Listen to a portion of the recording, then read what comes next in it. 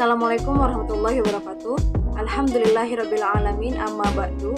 Yang terhormat Ibu Dosen Firda Halawati SPDI MPD selaku dosen mata kuliah PTK. Dan yang saya hormati rekan semester 5 Agung Muhammad Nur. Di sini saya Dian Laila Sari, salah satu mahasiswi Universitas Islam Aliyah Kuningan, Prodi PGMI. Di sini saya akan sedikit menyampaikan mengenai laporan metode penelitian bab 3. Untuk itu, simak video berikut ini. Dalam laporan metode penelitian bab ketiga, ada yang dinamakan dengan instrumen penelitian. Di sini, instrumen penelitian adalah pengumpulan data sebuah penelitian yang dilakukan dengan berbagai metode-metode penelitian, seperti observasi, wawancara, studi pustaka, dan dokumentasi. Memerlukan alat-alat bantu sebagai instrumen. Instrumen yang dimaksud yaitu kamera, telepon, untuk recorder, dan pensil, ballpoint, buku, dan buku gambar. Kamera di sini digunakan ketika penulis melakukan observasi untuk merekam kejadian yang penting pada suatu peristiwa, baik dalam bentuk foto maupun video. Recorder digunakan untuk merekam suara ketika melakukan pengumpulan data, baik menggunakan metode wawancara, observasi, dan sebagainya. Sedangkan pensil, ballpoint, buku, dan buku gambar digunakan untuk menulis atau menggambarkan informasi data yang didapat dari narasumber. Instrumen yang digunakan di sini adalah melalui observasi dan wawancara. Observasi yang dilakukan peneliti meliputi apa saja, fokus pada kajian yang diteliti, yaitu sebagai berikut. Yang pertama di sini ada karya seni, semua ekspresi seni yang dihasilkan atau diapresiasi, serta medium dan peralatan yang digunakan menjadi fokus kajiannya. Kemudian ada ruang ataupun tempat. Setiap gejala atau benda, peristiwa, tindakan, dan orang selalu berbeda dalam ruang dan tempat tertentu, memungkinkan adanya pengaruh terhadap gejala-gejala yang diamati.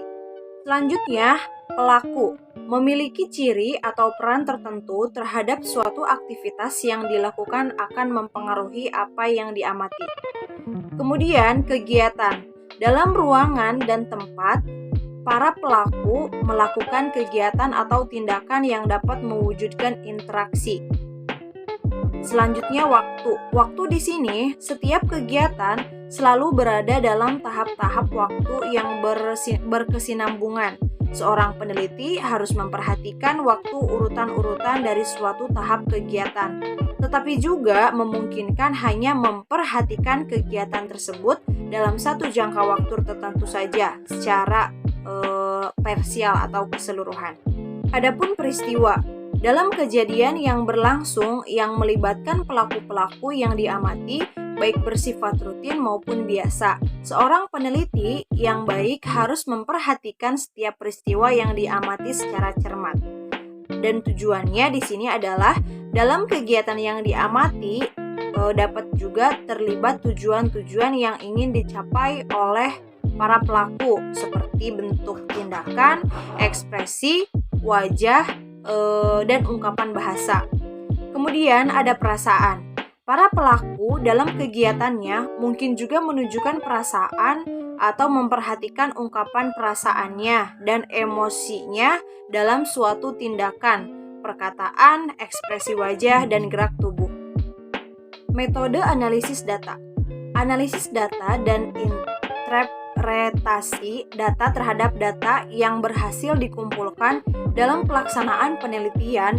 Tindakan dapat dilakukan sepanjang proses penelitian, karena penelitian tindakan adalah penelitian yang bersifat dialektif, yaitu perencanaan, tindakan yang disertai dengan pengumpulan data, dilanjutkan dengan analisis dan interpretasi data, perencanaan baru, tindakan dan pengumpulan data, analisis dan interpretasi data lagi, dan seterusnya. Analisis data dalam pelaksanaan penelitian tindakan sangat berbeda dengan analisis data pada jenis penelitian lainnya. Analisis data dapat penelitian yang menggunakan pendekatan kuantitatif, menggunakan pendekatan statistik, uji perbedaan, uji korelasi, dan sebagainya. Sedangkan pada penelitian tindakan dengan pendekatan kualitatifnya menggunakan analisis yang bersifat negatif atau kualitatif.